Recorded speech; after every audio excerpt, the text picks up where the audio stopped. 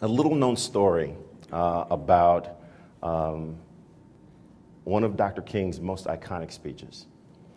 It was at least a little known to me, and I just want to share it with you.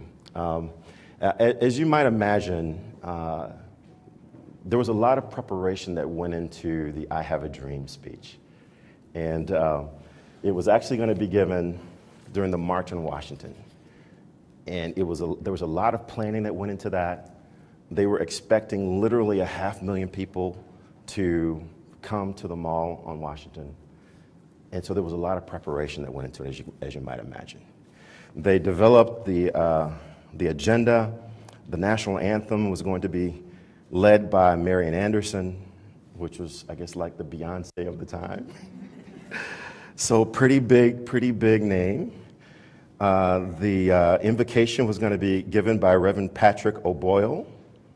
They had a number of people listed on the program, including John Lewis, who is now Congressman John Lewis, and he's actually in the news most recently. But on down the line, there were 16 people, 16 things that were going to occur on the agenda. Number 16 was a 34-year-old. I don't even know if he was a doctor yet. Was he a doctor? He was Reverend Dr. Martin Luther King Jr., president of Southern Christian Leadership Conference. That was the agenda, developed months ahead of time. But yet, weeks leading up to his talk, he still had not developed his talk. He gathered 15 of the brightest minds in his camp, all speechwriters, and they were all debating as to what he was going to talk about. What should he talk about? Some were pretty fervent that since you're bringing all these people together, all the world's eyes are going to be on you. You should talk about policy. There's a lot of policy things that we've tried to pursue, that we've championed. You should do a review of policy. Others have said, well, no, you're bringing people together. They're going to be looking to hear you preach. You need to preach a sermon. You need to show them what we do when we go to your church. And so this debate went on for weeks and weeks and weeks. So finally, Dr. King said, I'll tell you what, why don't you give me a summary of all the talks that we've given and see how we can put that together in one succinct conversation. I want to see what that looks like. And so that's what they pulled together. But even until the night before, it still wasn't determined exactly what he was going to say. Who might have been just a little nervous? Who might have been just a little nervous? So the first lesson that I've learned about how do you turn your thing into something that you can be the greatest in the world at is you have to be prepared before the opportunity actually presents itself. You have to be prepared before the opportunity presents itself. I fancied myself a basketball player in my youth and played a little bit in college. But the one thing that I realized very, very quickly at the college level is that everyone else had done a whole lot more preparation than I did before we showed up to play in practice or in the game. So you have to prepare before the opportunity comes along. Okay, so we've got this very young preacher. He was relatively known, but he wasn't they weren't ready to dedicate a national holiday in his honor at that point, right? But he was well known. And he's got kind of an idea of what he wants to say. He's got some of the best speechwriters in the land crafting his words. And so he goes up to the podium.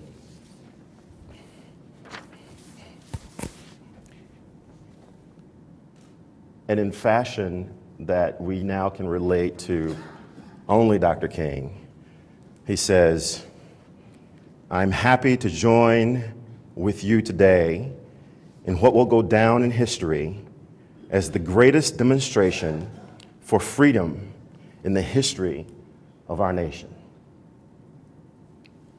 And then for the next 12 minutes, he continues to go down this line of basically policy. And I can tell that it was a very, very well-written, somewhat rehearsed speech, because if you were to look very closely, he actually looks at his notes, not twice, not a dozen times, but he looks at his notes 105 times. This incredibly engaging, dynamic, spontaneous speaker looks at his notes 105 times, at least, because that's all I could count when I looked at the video, 105 times.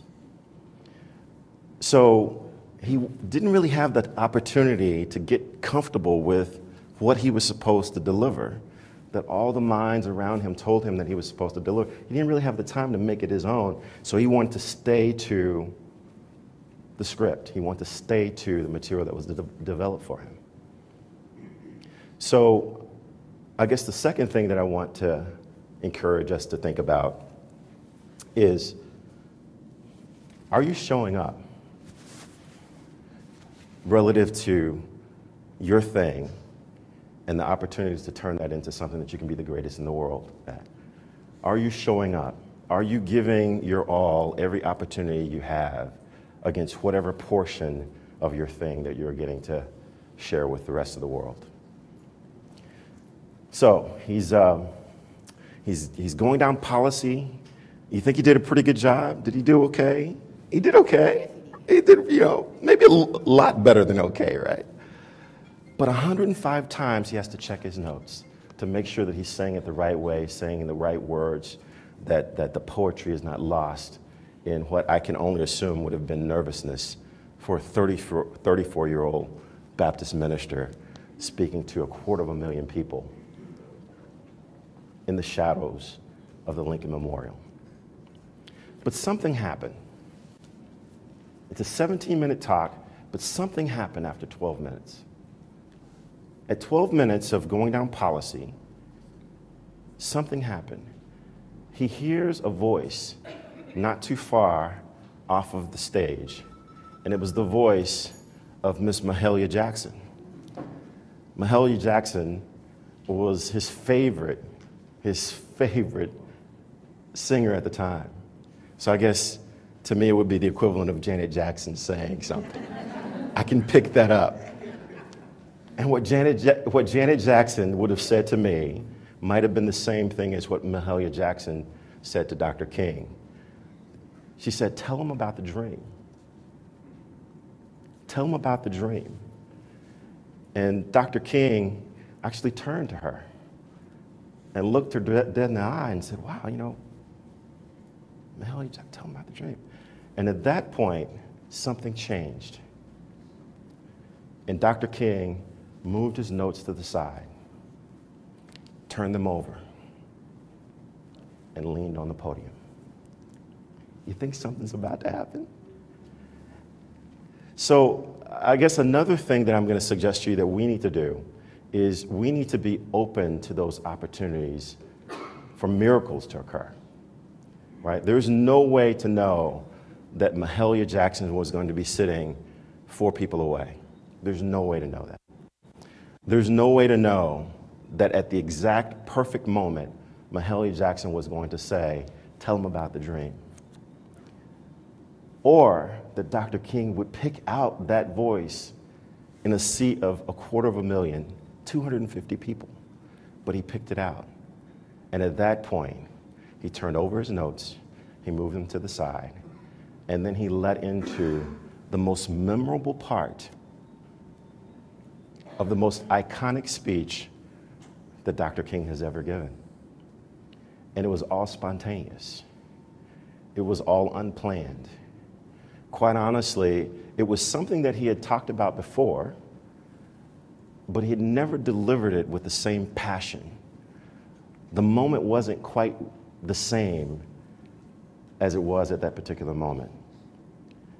And at that particular moment, I'm going to suggest that the last part that we need to take from his talk and his life is You have to be willing to step into your destiny. You have to be willing to step in. How many times have you seen an opportunity and you're thinking, wow, that's really consistent with something that I've always wanted to do? That's exactly what I'd love to be able to do. Wow, there's a need there. That's exactly the need that I thought might occur. And that's something that I want to be able to address. And then what do we usually say in our mind? Someday. Who's ever had that? Who's ever thought, wow, this is perfect. This is exactly what I want to do someday. Well, what if Dr. King had thought, wow, Mahalia Jackson, that's a great idea. I'm going to tell them about the dream someday. What would have happened? Okay, so my question to you is, how many times do you think he looked at his notes when he started talking about the dream? Now, the video kind of takes its eye off of Dr. King, so I don't know, like 100% of the time, but I'm going to suggest that he didn't have to look at his notes because that was something that was in him, that was passion. One of the things that I found in the research that I've done for my book is that the brain likes consistency. The human brain likes things to go exactly the way it's supposed to go. And if things aren't going directly the way it's supposed to go according to what someone thinks, oftentimes people will make up things in their mind as to why this is inconsistent with how things are supposed to go.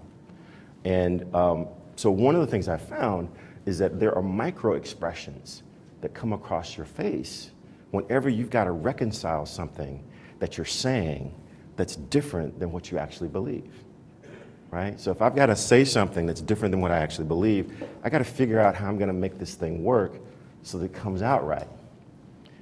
That's why people can tell when you're making things up, when you're faking, when you're not real, when you're inauthentic. We do that all the time. I think many of you are doing that to me right now, right? Does Galen really, really believe this stuff that he's talking about? Because what we understand is that if I don't believe what I'm talking about, is there a need for you guys to even listen? So when you're in those moments, it's really important that you allow your heart, allow your passion to be on main stage, as scary as that is, because that's where the real magic happens. So I'm going to ask